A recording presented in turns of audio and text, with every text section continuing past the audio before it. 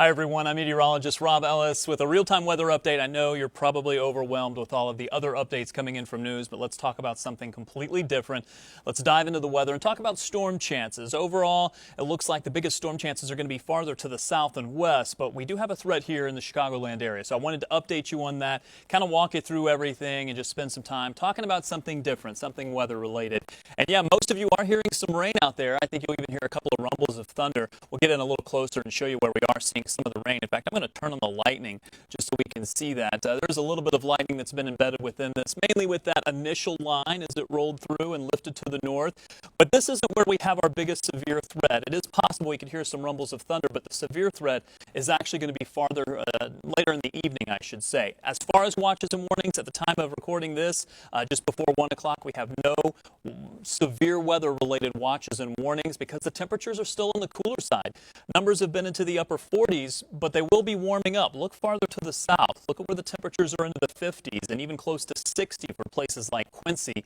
That's when we're going to finally see, when we see that warmer air move in, that's when we'll see that threat for severe weather start to increase. And it's really going to be only a slight risk of severe weather, at least for Chicagoland. And I'll kind of get into that here in just a second. Winds are out of the south and east for the most part. That is going to continue to bring warmer temperatures in. It's going to continue to bring an influx of moisture.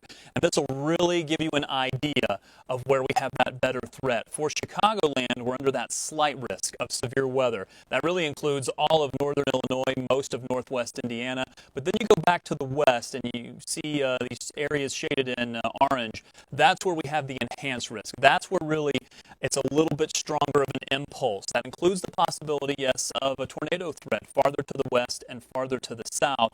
About a 10% chance that within 25 miles you could have a tornado. Again, the threat is there, about a 2% or 5% possibility, but we really think that the threat is going to be farther to the west. Now, this may be something that as it moves in from the west overnight, it could carry into Chicagoland. We'll have to watch the stuff that's going to arrive sometime later this evening, and I'll show you our futurecast here in just a moment. There's a little bit closer in just to give you an idea. Again, farther to the west, the threat does go up a little bit, but it is kind of in that slight risk time frame or slight risk probability, I should say, of what we're expecting. The wind threat, I think, is going to be a little bit larger. We actually expect some of the storms overnight to contain some gusty winds.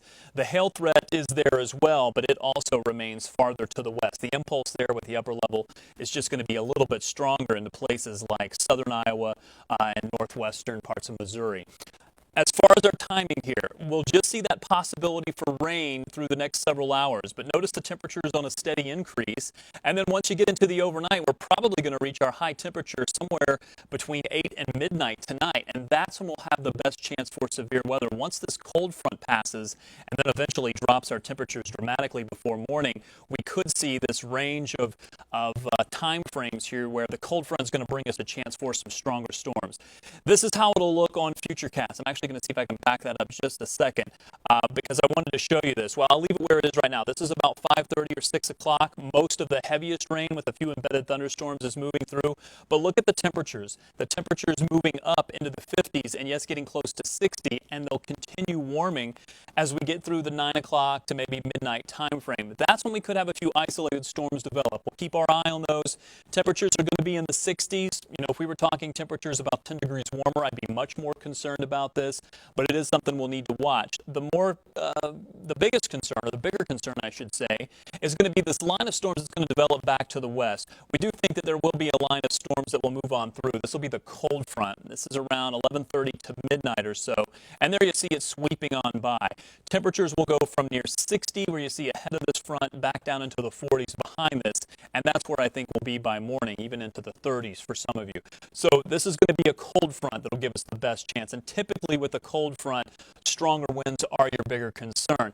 The chance for tornadoes is always there, but it's a much lower chance. Also, with the upper level system, we could see some storms containing some smaller hail, but it's something we want to watch as time goes on. As I fast forward this into Friday afternoon, you see the radar's pretty quiet for the most part. It's really just going to be a cloudy day. So getting you through the rest of this evening, I know most of you are probably staying inside, but you may want to venture out just to get out of the house into the yard, practice your social distancing, all the things we know we've been saying.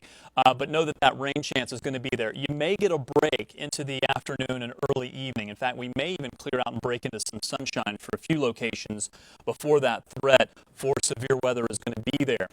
We are thinking that wind is going to be the higher threat. The tornado threat is there, but keep in mind it's farther to the west. When you look at the wind threat, it too is farther to the west, but it's a much higher chance. And you see the hail and flooding threat, while it's there, it's also on the lower side. So just looking ahead, if you're maybe planning on trying to find a time where you can get out of the house or do the things outside that you can do while also maintaining your social distancing, Saturday and Sunday, it's going to be a bit on the chilly side, but at least you get some sunshine. Or if you are inside, at least you can open the windows and see some sunshine outside. That will go a long way to help when most of us are feeling a little bit isolated, because we are a bit isolated. Once we get into Monday, the temperatures are going to warm up. Scattered showers for Tuesday and for Wednesday as the temperatures are on a warm up. Stay safe out there. If you can get outside a little bit when we don't have that severe threat and when you're still maintaining your social distancing and practicing all the safety measures, try to do so. Otherwise, be safe tonight. Watch the weather. We'll try to provide you updates here on CBS Chicago as well.